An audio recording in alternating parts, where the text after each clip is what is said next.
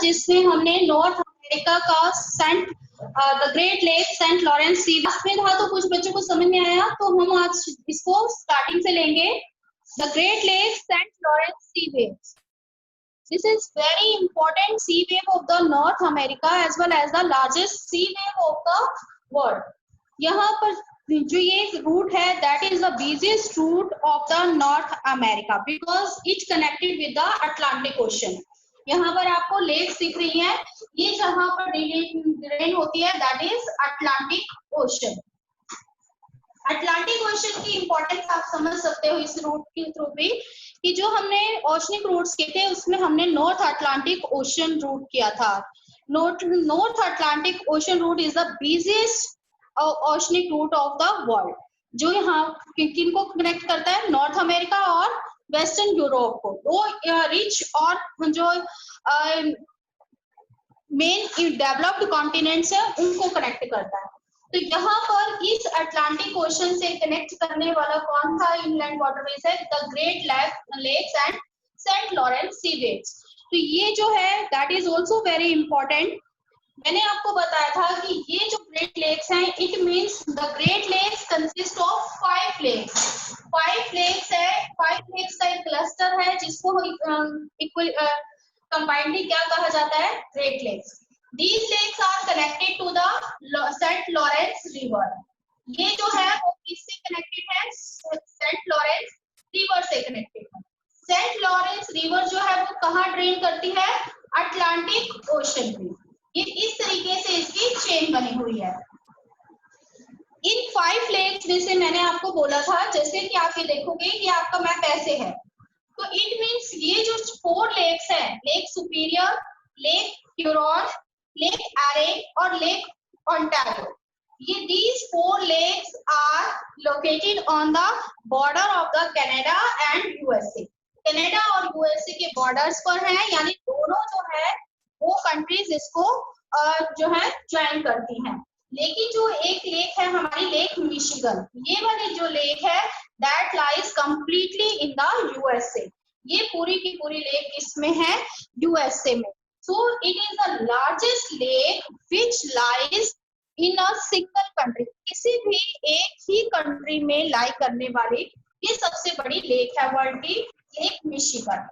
इसी तरीके से जो लेक सुपीरियर है, पहले हम लेक्स के बारे में थोड़ा जान लेते हैं।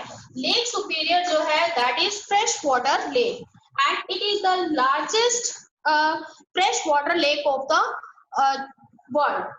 फ्रेश वाटर लेक जो है सबसे लार्जेस्ट ये है, इससे बड़ी जो है वो है Caspian sea, but that is salt water lake. Caspian sea जो है वो साल्ट वाटर लेक है, वो हमारा सी है। तो यहाँ पर हमारे जो फ्रेश वाटर लेक जो है, लेक सुपीरियर है वर्ल्ड की सबसे लार्जेस्ट फ्रेश वाटर लेक। यहाँ आप इनकी जो है इंपॉर्टेंस समझ सकते हो।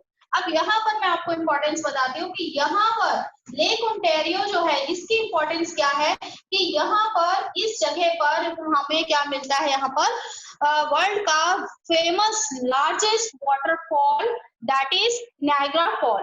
नायग्रा फॉल जो है वो यही लेक ओंटारियो के पास हमें मिलता है। These are very important lakes of USA as well as Canada. अब इनका ओरिजिनेट कैसे हुआ, originate because in the geological past that region was all over the region was covered with the glaciers. सारा reason जो है वो glacier से cover था। अब जैसे जैसे क्लाइमेटिक कंडीशंस डिफरेंट होती गई, उसमें चेंजेस आए, तो ग्लेशियर्स जो है वो मेल्ट होना स्टार्ट हो गए। अब ये जो सारी टोपोग्राफी है वो बहुत ही रग्ड टोपोग्राफी थी, कहीं से ऊपर और कहीं से नीचे। तो जितना भी डिप्रेशन एरिया था, ग्लेशियर के मेल्ट होने से उसमें क्या आ गया, वाटर आ गया, और इस तरीके से इस पूरे रीजन में लेक की फॉर्मेशन हो गई। इन बड़ी लेक्स के अलावा यहाँ पर बहुत सारी छोटी लेक्स भी हमें मिलती है। That's why this region consists 21% of fresh water of the world. World में जितना भी फ्रेश वाटर है उसका 21% that lakes consist and 95% of the North America. North America का 95% फ्रेश वाटर यही लेक्स जो हैं प्रोवाइड करती हैं। So these lakes are very important. Now इन लेक्स में जो हमारा वॉल्यूम है वाटर का दैट इज 23,000 मीटर।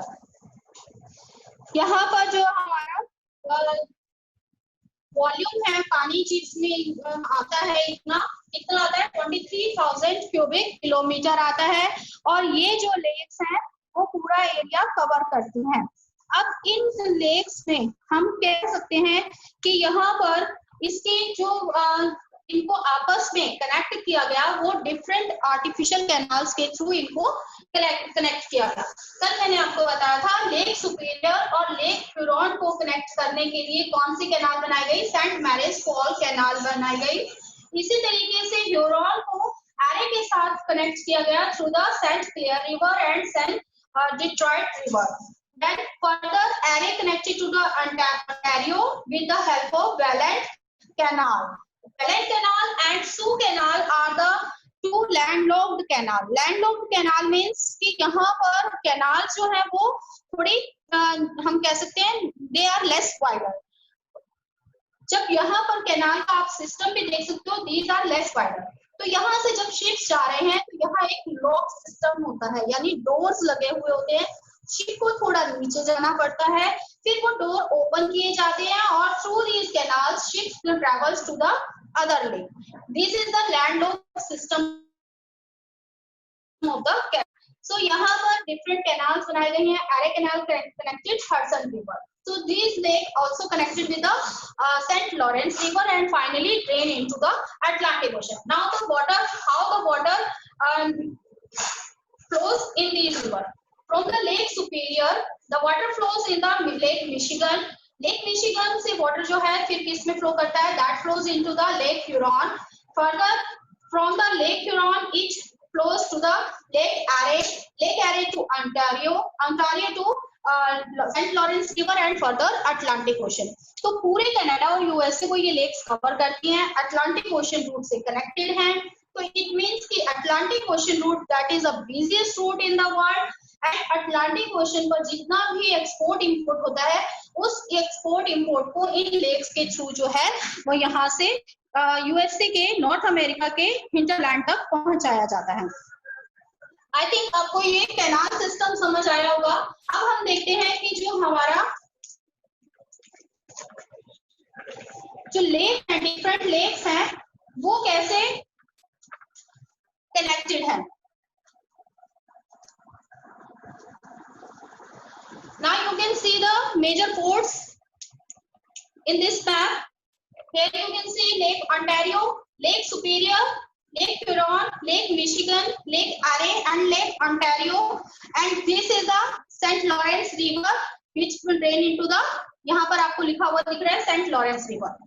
अब ये जो है मैंने आपको फिर बताया कि जितना भी ट्रांसपोर्टेशन होता है between the America and the Europe वो किसके थ्रू होता है? ओशनिक रूट्स के थ्रू। और जो रूट है ये क्योंकि रीजन जो है वो हाईली डेवलप्ड रीजन है, एग्रीकल्चरली डेवलप्ड है, वेस्ट यूरोप जो है वहां पर फिनिश्ड फूड्स हैं, तो यहाँ पर एक्सपोर्ट इंपोर्ट आइटम्स बहुत ज्यादा हैं।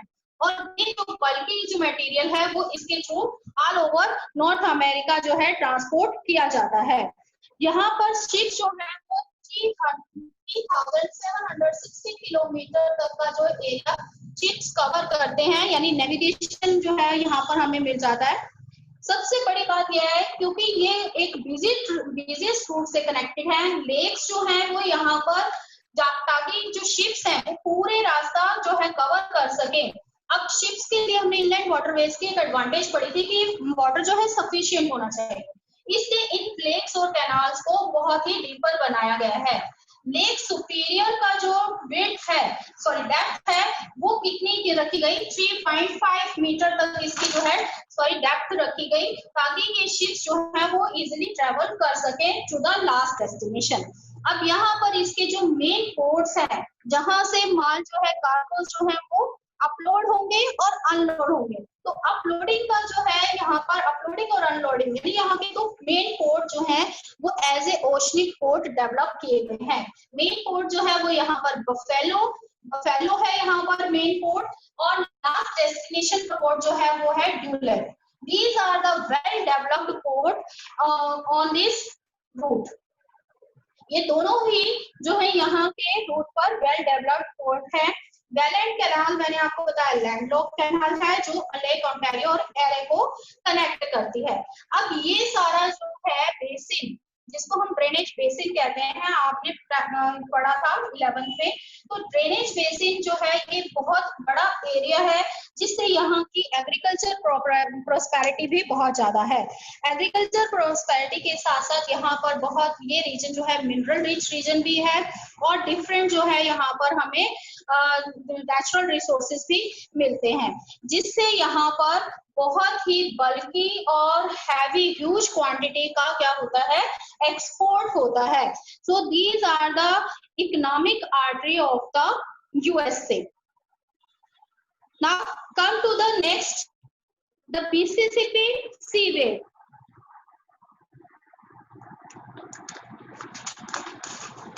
Our next is the Mississippi Seaways.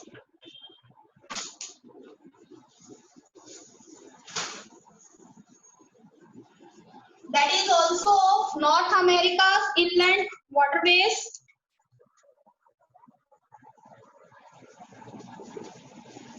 The Mississippi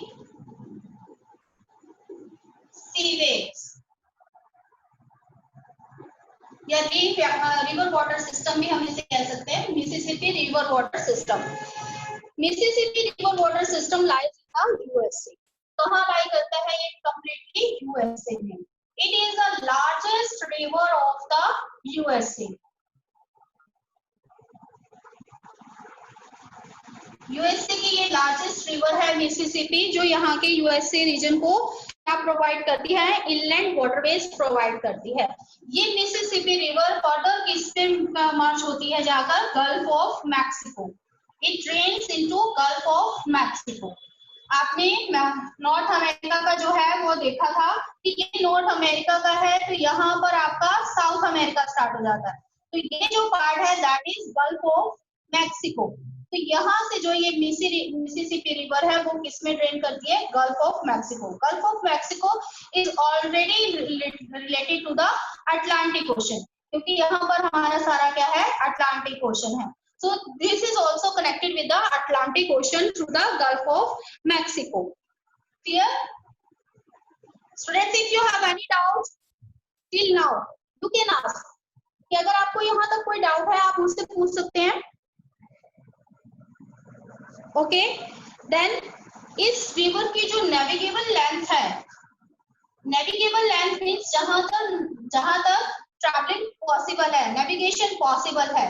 तो नेविगेशन लेंथ इज 2350 माइल्स। इसका नेविगेशन लेंथ है। इसका जो ड्रेनेज सिस्टम है, it drains 24 million square kilometre area. Total drainage system हमने एक बार फिर बता देती हूँ। जो मेन रिवर है, main river and it's tributaries, the area covered by the main river, its tributaries and further its tributaries is called drainage system। एक area में जितनी भी रिवर है, मेन रिवर, उसकी ट्राइब्यूटरी है, फर्दर अगर ट्राइब्यूटरीज की ट्राइब्यूटरीज है यानी सब ट्राइब्यूटरीज है, उन सब का एरिया मिलाकर जितने एरिया को वो ड्रेन करती है that is called drainage system and this is 24 million square kilometre. These are the drainage system of Mississippi River. अब मिसिसिपी रिवर जो है उसका हम एक मैप देखते हैं कि क्या है Mississippi river. Here is a map of USA.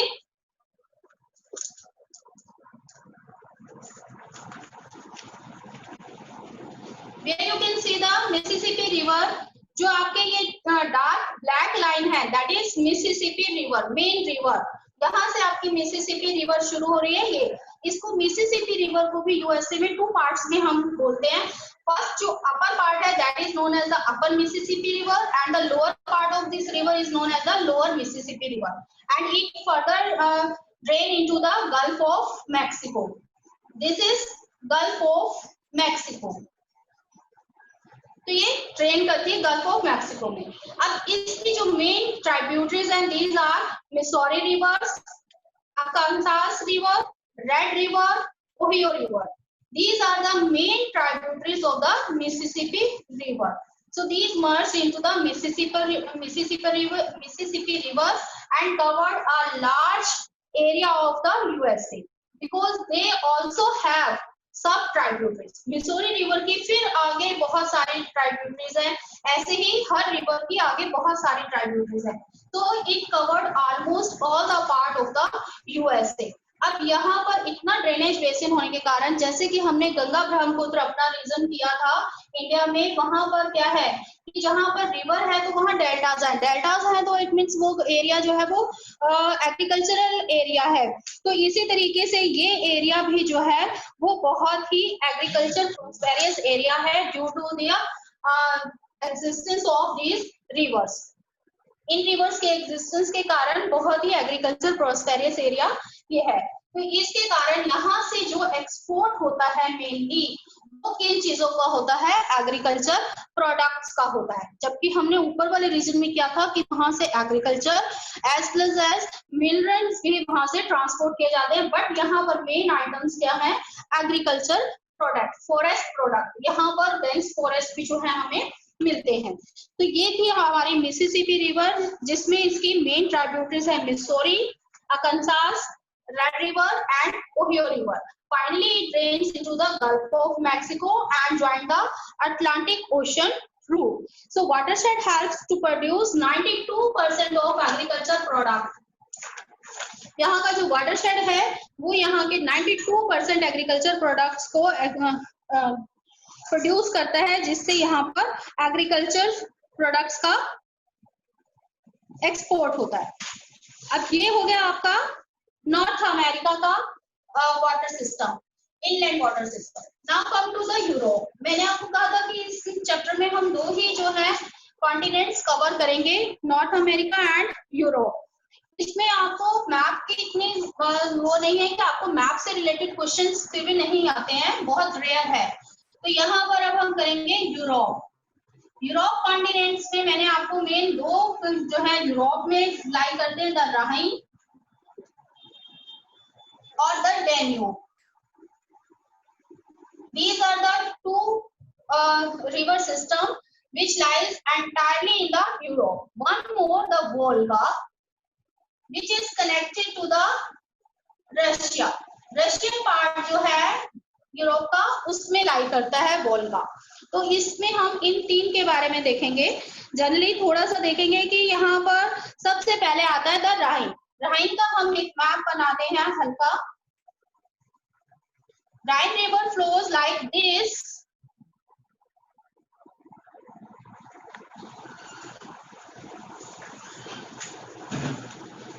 Maybe it will be not properly visible, so we will start from the upward sides.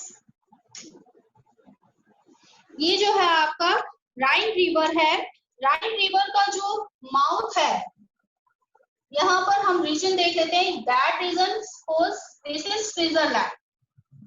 Switzerland में जो है इसका माउथ है, यानी माउथ मीन्स कि स्विट्जरलैंड से ये राइन रिवर निकलती है, यानी सोर्स है ये इसका, सॉरी सोर्स है, स्विट्जरलैंड से ये निकलती है river. And the region is Basel. Basel river से जगह से ये जो है रिवर निकलती है। इसके बाद इसका जो माउथ है, माउथ एरिया है इसका नीदरलैंड में।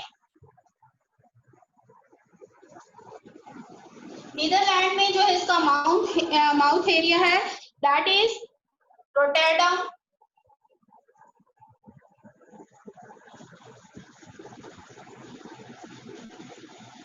रोटरडम जो है वहां पर ये क्या करती है, ड्रेन करती है।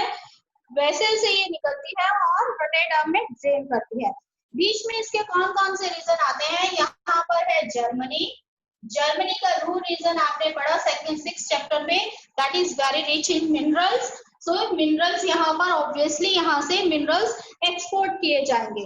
दूसरा यहाँ पर रीजन आता है बेल्जियम, फिर है फ्रांस, ऑस्ट्रिया, इन सब रीजन से ये राइन रिवर निकलती है। So it covered the part of Netherland, Germany, Belgium, France, Switzerland and Austria. अब जर्मनी में जो है, जर्मनी से नॉर्थ ईस्ट से यानी ईस्टर्न साइड है, ईस्टर्न साइड से रूर रीजन जो रिवर है वो इसको ज्वाइन करती है, रूर रिवर जो है इसे ज्वाइन करती है और ये बाद में यहाँ पर किसमें मर्ज होती है, अटलांटिक ओशन में, नॉर्थ अटलांटिक ओशन में ये ड्रेन करती है। नॉर्थ अटलांटिक ओशन से जो शिप्स आते हैं, जो शिप्स बड़े बड़े शिप्स आएंगे ओशनिक रूट से, तो बड़े बड़े शिप्स जो है वो यहाँ के एक कोलोजन से तक आ पहुंचते हैं। फिर इसके बाद जो है शिप्स को चेंज करना पड़ता है, यानी स्मॉल वेसल्स में कार्गोस को कन्वर्ट किया जाता है and then they travel through the Rhine River and reach the vessel its last destination. तो कोलेजन से जो है यहाँ पर एक जो पोर्ट, वेल डेवलप्ड पोर्ट किया गया है, यहाँ पर राइन रिवर पर एक पोर्ट बनाया गया है, that is ड्यूसेलडॉर्फ।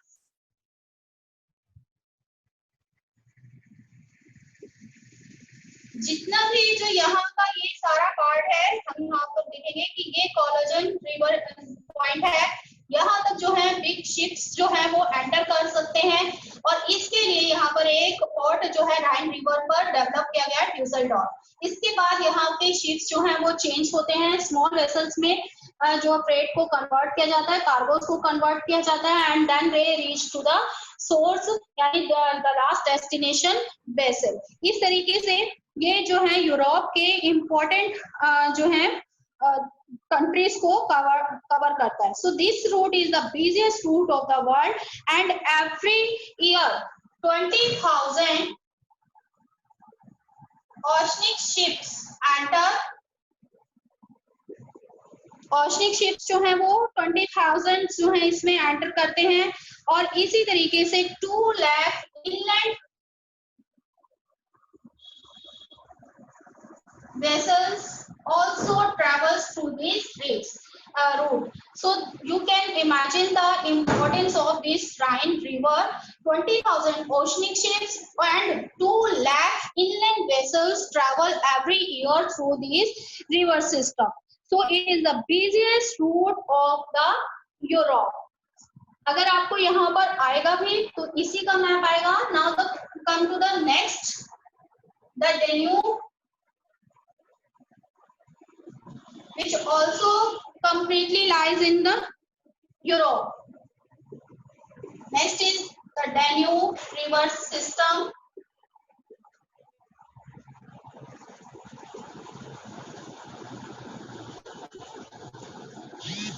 Danube river system ये हमारा सारा या ये यूरोप है हमारा, सपोज करते हैं हम, तो यहाँ पर हमारा राइन रिवर सिस्टम है, ये सारा इसमें इसकी ट्राइब्यूटरीज इसको इंक्लूड करते हैं, ये सारा हमारा राइन सिस्टम है जो यूरोप के वेस्टर्न पार्ट में है। ये यूरोप का वेस्टर्न पार्ट हुआ ना, तो यहाँ पर यूरोप के वेस्टर्न पार्ट में है and it joins the Atlantic ocean. ठीक है, अब जो डैन्यूब रिवर सिस्टम है वो हमारा यहाँ के ईस्टर्न पार्ट में है, तो ये जो है वो हमारा डैन्यूब है जो यहाँ के ईस्टर्न पार्ट में यानी यूरोप के ईस्टर्न पार्ट को ड्रेन करता है। तो कंप्लीटली ये दोनों रिवर सिस्टम होल यूरोप को जो है ड्रेन करते हैं। डैन्यूब रिवर्स जो है वो कहाँ से निकलती है, ब्लैक फॉरेस्ट से निकलती है। ब्लैक फॉरेस्ट से ये रिवर जो है वो निकलती है और ईस्टवर्ड फ्लो करती है, अपने ईस्टवर्ड जो है ये फ्लो करती है। ईस्टवर्ड फ्लो करने के बाद जो है यहाँ पर इसके जो मेन आइटम्स हैं जो इस रिवर से इनलैंड वाटरवे से एक्सपोर्ट की जाती हैं या ट्रांसपोर्ट की जाती है, दैट इज व्हीट, मेज, timber and machinery. These are the important items which are transported by the Danube river system. Now come to the Volga. Volga lies in the Russia.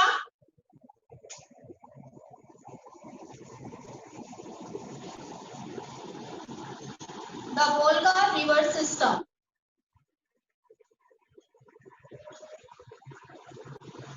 Volga river system को एक advantage है कि जितने भी वहां पर seize हैं, आपने यूरोप के मैप में देखा था कि यहाँ पर बाल्टिक सी है, व्हाइट सी है, रेड सी है, कैस्पियन सी है, इन सारे सीज को ये रिवर जो है वो ज्वाइन करती है। तो दैट इज वेरी इंपॉर्टेंट। ऐसा नहीं है कि रशिया में और रिवर सिस्टम नहीं है या इंलैंड सिस्टम नहीं है, बहुत सारे इंलैंड सिस्टम है रशिया में, होल रशिया में, but the Volga river system is the most important river system in Russia. Russia का सबसे इंपॉर्टेंट वाटरवे है ये, and it's navigable length is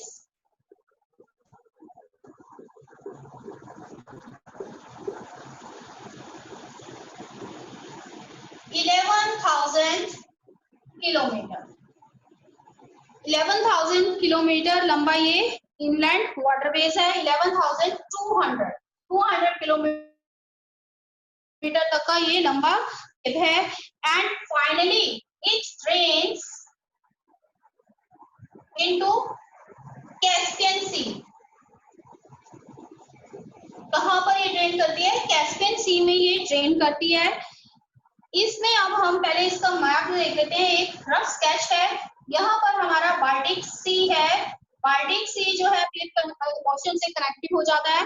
Baltic सी से इधर हमारा है सेंट पीटर्सबर्ग, रशिया का मेन जो हम इंडस्ट्रियल एरिया कहते हैं, जिसमें आपने पहले भी पढ़ा था, इसको हम रस्ट बाउल ऑफ रशिया के नाम से इसको जानते हैं, जहां पर बहुत सारा जो है हमें मिनरल्स कोल मिलता है। सेंट पीटर्सबर्ग के आगे यहाँ पर है मॉस्को। मॉस्को के बाद जो ये रिवर है वो आगे चलती है वोल्गा रिवर। वोल्गा रिवर इसके बाद इसमें जो है डॉन रिवर भी यहाँ से जो है मार्च हो जाती है। Don River is the main tributary of the Volga River. Don River के बाद ये रिवर जो है कनेक्टेड होती है, नीचे जाती है किसमें? कैस्पियन सी में। यहाँ से कैस्पियन सी में ये ड्रेन कर जाती है। But the Don River is connected to the Black Sea also. Here is the Black Sea। ये ब्लैक सी से भी कनेक्टेड है। और इसके इस साइड में जो इसकी एक ट्राइब्यूटरी है वो कहाँ से? व्हाइट सी। तो यहाँ पर ये इस तरीके से पूरे रीजन से कनेक्टेड है, डिफरेंट सी से कनेक्टेड है।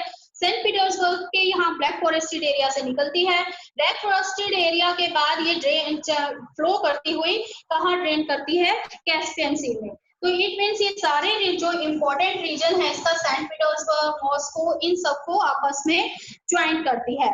सेंट पीटर्सबर्ग को जो है ज्वाइन करने वाला यहाँ पर वोल्गा मॉस्को कैनाल बनाई गई है, जो इसको किससे कनेक्ट करती है? मॉस्को से कनेक्ट करती है। ये वोल्गा मॉस्को कैनाल बनाई गई जो इसको मॉस्को से कनेक्ट करती है। इस तरीके से ये सारी जो रिवर है, फिर यहाँ पर वोल्गा डॉन कैनाल बनाई गई है। ये रीजन जो है इस पर वोल्गा डॉन कैनाल बनाई गई है, जो इसको डॉन जो इसका रीजन है उससे कनेक्ट करती है और फर्दर इसको ब्लैक सी से कनेक्ट करती है। यानी यहाँ पर भी एक कैनाल निकाली गई जो इस वोल्गा डॉन कैनाल जो इसको ब्लैक सी से कनेक्ट करती है। इस तरीके से ये पूरे रीजन को, रशिया के जो ईस्टर्न पार्ट है उसको, पूरे रीजन को ड्रेन करती है। वहां पर उसके साथ साथ वहां पर इनलैंड वाटरवेज प्रोवाइड करती है। सेंट पीटर्सबर्ग वहां का एक मिनरल रिच एरिया है। So main exported items are minerals and imported items are agriculture।